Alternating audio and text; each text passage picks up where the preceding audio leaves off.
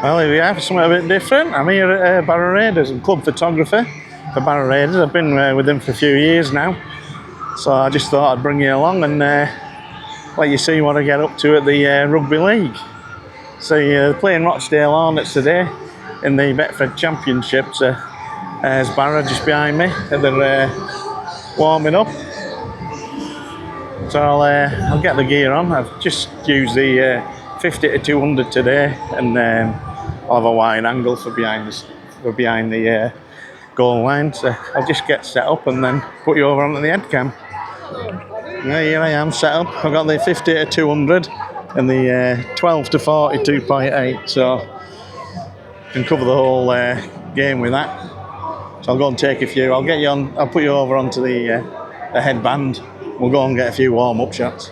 Just getting a few setting the scenes photos here. A couple of the players there, stand in the background. Get one here from between the sticks and the. So just a few setting the scene sort of photos. Just try and get some of the players in the huddle. Jared Stack there, you can see his face. Tackle bags. Sun's getting out now, I'll just have to check me. Yeah, I'm going to have to go a bit faster, shutter speed. 4,000th of a second now. Ladies and gentlemen, boys and girls, let's hear it for the Barrow Raiders!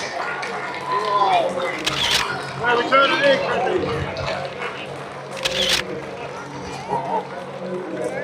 Also big shout out to the band areas here on the Sideline. Sadly, John's got all around here to come out. Very well.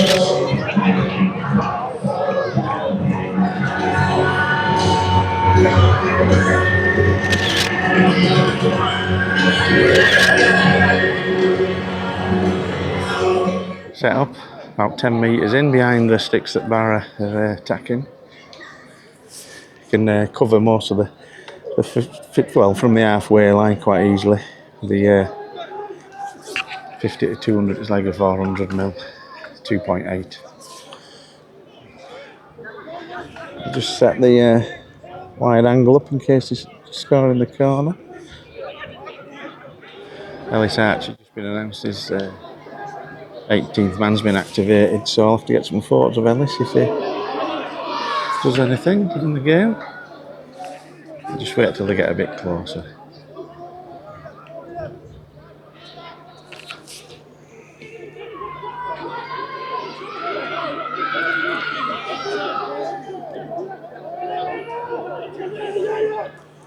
Walk of that.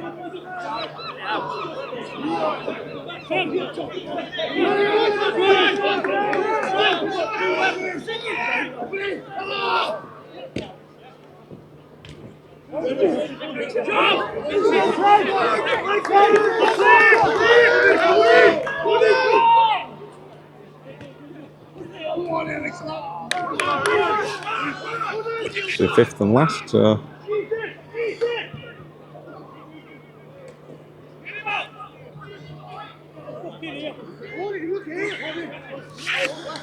I'll up that. Check my settings there, 6,400th of a second at f2.8, ISO 320. So it's the referee getting him away. Sorry about the bad language. It's Rugby League. And at the other end of the pitch, I'll just sit and watch the game till they get a bit nearer. I used to use the 150 to 400, so that was like 800mm lens. I could take photos from this distance, but I just ended up with too many photos to go through, so I don't want to do as many now. I'll just use this 50 to 200.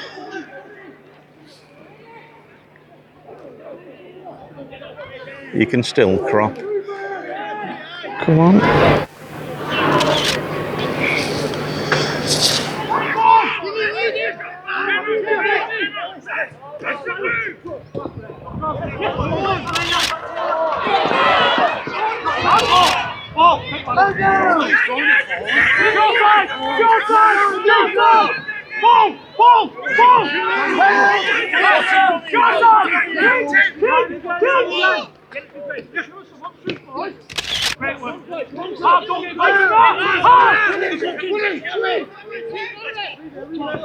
And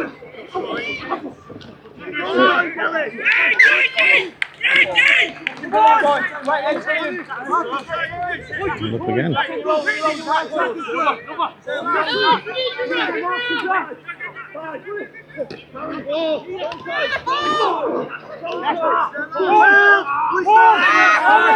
Fifth and last.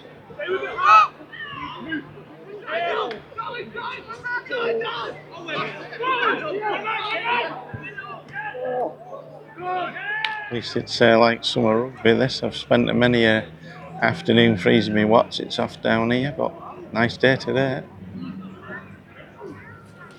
Just need Barrett to score now. Tackle that.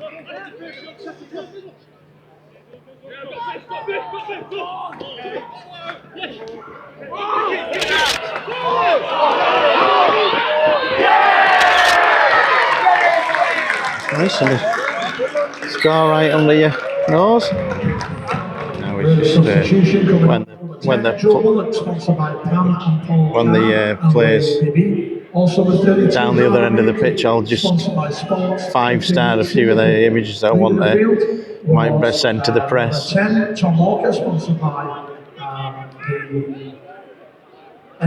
Just any of the action photos, got quite a good one there of the try. So I'll just go through and I've just got to put them so just to set 5-stars. So if the crowd tells you something's happening on the pitch. What I'll do now is 18 minutes to go in this half, so I'll go over to the other side of the pitch and cover the other side of the pitch for the last half of this first half. I'll make my way over there now. So yeah, set up the other side of the pitch now so I can get some of the crowd this side. I do take a few of the opposite side as well. I have the Raiders up because I'm club photographer room, so that's a nice shot. Them turned round. Dale just scored in the corner. It's the only problem we're not bringing the longer lens. I won't have anything to say if Rochdale win the game. I won't have anything to send them really that the Rochdale scoring, but hopefully that won't happen. I'll just get one of Daly. He used to play for Barrett, played for a few years at Barrett, so wide angle shot of a few of the players, the scrum. Oh, good tackle. Just had it moved to side of pitch for the last couple of minutes. Problem is I'm going to have the linesman running in front of me, but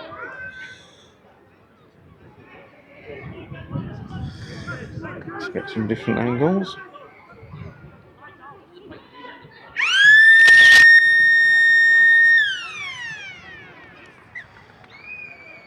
There we have it.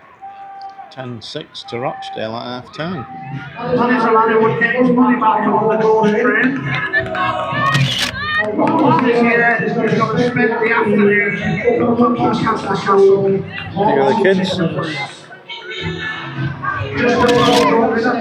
Danny at the back. In the little dugout at half time. We've just gone through. We've got a few half decent thoughts. Got a good one of the Barrett tries, so I'm happy with that. I'll be sending that one off. Hopefully they can rally in the second half and get a win for us. Second half is just kicked off, so I'm just going to get some from the halfway line. We'll make my way to behind where the Raiders are.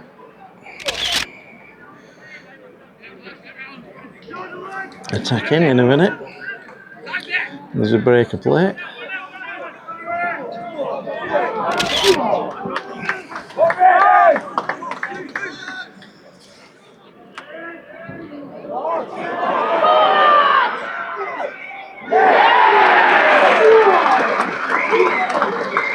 What happened there? Blow score.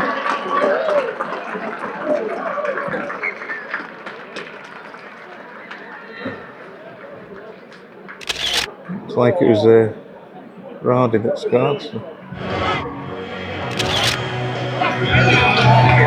In position behind the sticks now. I'm going to stay here because the other side of the pitch will be shooting right into the sun, so I won't get any decent photos, I don't think. So I'll just stay here for this half.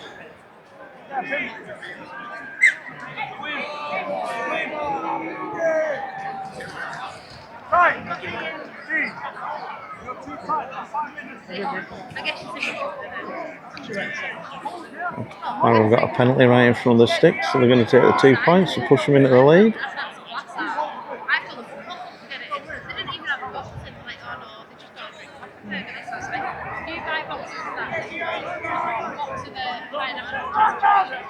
As usual, now they've walked in front of me there, so I can't get a photo of that. But that happens. A few crowd chats. The kids in the crowd are usually good ones. Just wait till I can see his face. The stag do on today. Just decided to pack the 12 to 40 away, and when I was doing that, Rochdale out to score. Just show it's not too bad set here. I'll just put the 400ml if they scored in that corner. It'll be okay, and then in this corner, I'll just get it in. It's tight, but.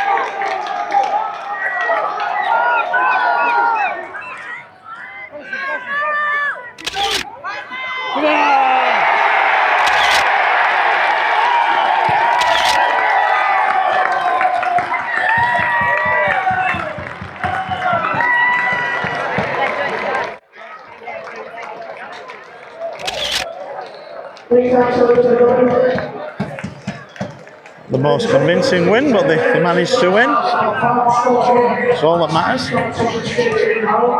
Hi, welcome back to my den. I've just finished editing the Rugby League pitchside vlog, and I just thought I better record this outro. It was hard to do at the rugby. It's a bit noisy, as you probably tell. You've watched the video if you got this far, and it was a bit noisy there and that. So I thought about everything, just clear up a thing, a few settings that I use. I was using the OM1 Mark II with the 50 to 200 and OM1 with the 12 to 40. I have a custom setting set on my dial on the camera, on both cameras, same settings. I just have it set for it's like an auto, like a manual setting but with auto ISO. So I'll have the lens wide open, so they were both 2.8 lenses, so shooting at 2.8, and I'll have it set for auto ISO, and then I start off with a shutter speed of 1600th of a second, which I find is good. It's a sweet spot really. And then what I'll do is when I actually get to the ground, I'll just sort of meter off the grass. So like when I did this video, this game, it was very bright day, so I instead of 1600th of a second, I was having to go to 16,400th of a second, and because it was quite bright. So I'll just do that. I'll just keep my eye. I always have it on auto ISO, and I'll just I'll keep my eye on the ISO setting. So I like to keep it, I don't like to go any more than 6,400. I mean, on a really dull day, I have no problem with shooting at 6,400, ISO 6,400. So I will just leave it at that. But like, I think it was at 300 and ISO 320 yesterday a lot of the time, ISO 400. So it was, it was good yesterday for a little bit too bright, if anything. But yeah, another thing, I think I did mention it. I'll just show you on the camera. I do, as I'm going through during the game, when the game sort of goes to the far side of the pitch, so I'm not taking photos, that's when I sort of look through the viewfinder on the camera, and I have a button set on the back of the camera here. I can just press that button and it'll actually 5-star some images. So it's just easier, quicker for when I get home. when I download the images, I can just filter on 5-star, and I'll have 30 or 40 images there that I can sort of quickly edit and send off to the newspapers. I do shoot in RAW as well. I know a lot of sports photographers will shoot JPEG. They're the ones that tend to be sending from pitchside. I don't do that. I've got about 45-minute drive home, but by the time I'll leave straight after the end of the game, 45 minutes to get home, but I can have the photos sent in half an hour, you know, I can quickly edit them and that. But I do shoot in RAW, so I don't have to worry so much about exposure compensation or anything. So it's just the way I shoot, because I'm not sending from pitch side, so it's just easier to shoot in RAW and edit after. So settings wise, I think that's about all you need to know. I'm just trying to think if there's anything else. I never shoot. My cameras are capable of, I think the OM1 Mark II is capable of 50 frames a second with autofocus enabled still, but I don't shoot at that. I'll just have both cameras set at 15 frames a second. I did start trying it at 25 frames a second, but I just ended up with too many photos to go through. You know, even at 15 frames a second, I have about 1,500, 2,000 photos. Well, shooting at 25 frames a second, I was getting 3,000 photos to try and troll through to. So it was just a bit of overkill. So I do actually just shoot at 15 frames a second now, and I find that plenty. I get plenty of images there. I'm not going to bother editing any images really. There's no point. I mean, I just have some presets set in DxO Photolab. I have 3 presets for sport. I have a bright day preset, a dull day preset, and a floodlight preset. So I'll just add them to the images in Photolab and then just do cropping, and that's all really that you need to do in the sport. So there's not a lot to do editing wise, so I'm not going to bother going. I will put a link to the video. I have actually been through that before. There is a video there of what I do, so I will add the link at the end. So I think that's about it. I mean, why I got into doing sports photography, I think it's mainly I do what you know. I'll do a lot of wildlife. You've watched my videos. I do wildlife photography, and you can sort of spend hours, even days, and not get any photos. So I started sort of. My son played rugby for Ulverston Rugby, so I started off just doing amateur games. I mean, I'd advise anyone if you're going to get into sports photography, just start off with the amateurs. You know, like the rugby league or the football even.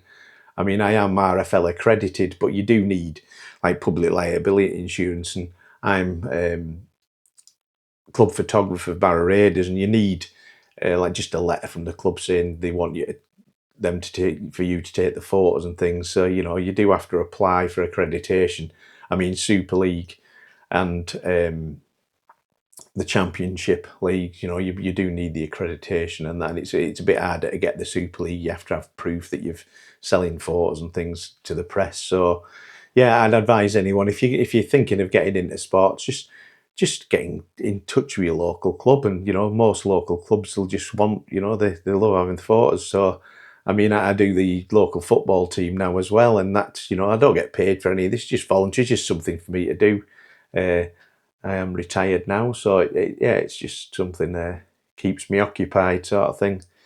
So, yeah. So anyway, I hope you enjoyed the video. I hope it does help in the for your sports photography. I mean, you find your own way. I mean, that's the way I do it. I find the rugby league is easier than the football too, because the rugby league you can sort of get behind the posts and they're coming towards you all the time. The rugby, you know, it's where football's a bit more sort of pinging around all over. So the rugby league's quite a good sport to start off with. If there's any, rugby union, it's just where I am. It's more rugby league in my area. So, but you know, I know it's a bit of a niche thing, really. Rugby league. There's not a lot, you know, in this. Even in England, it's mainly rugby union. But up here up north, it is rugby league.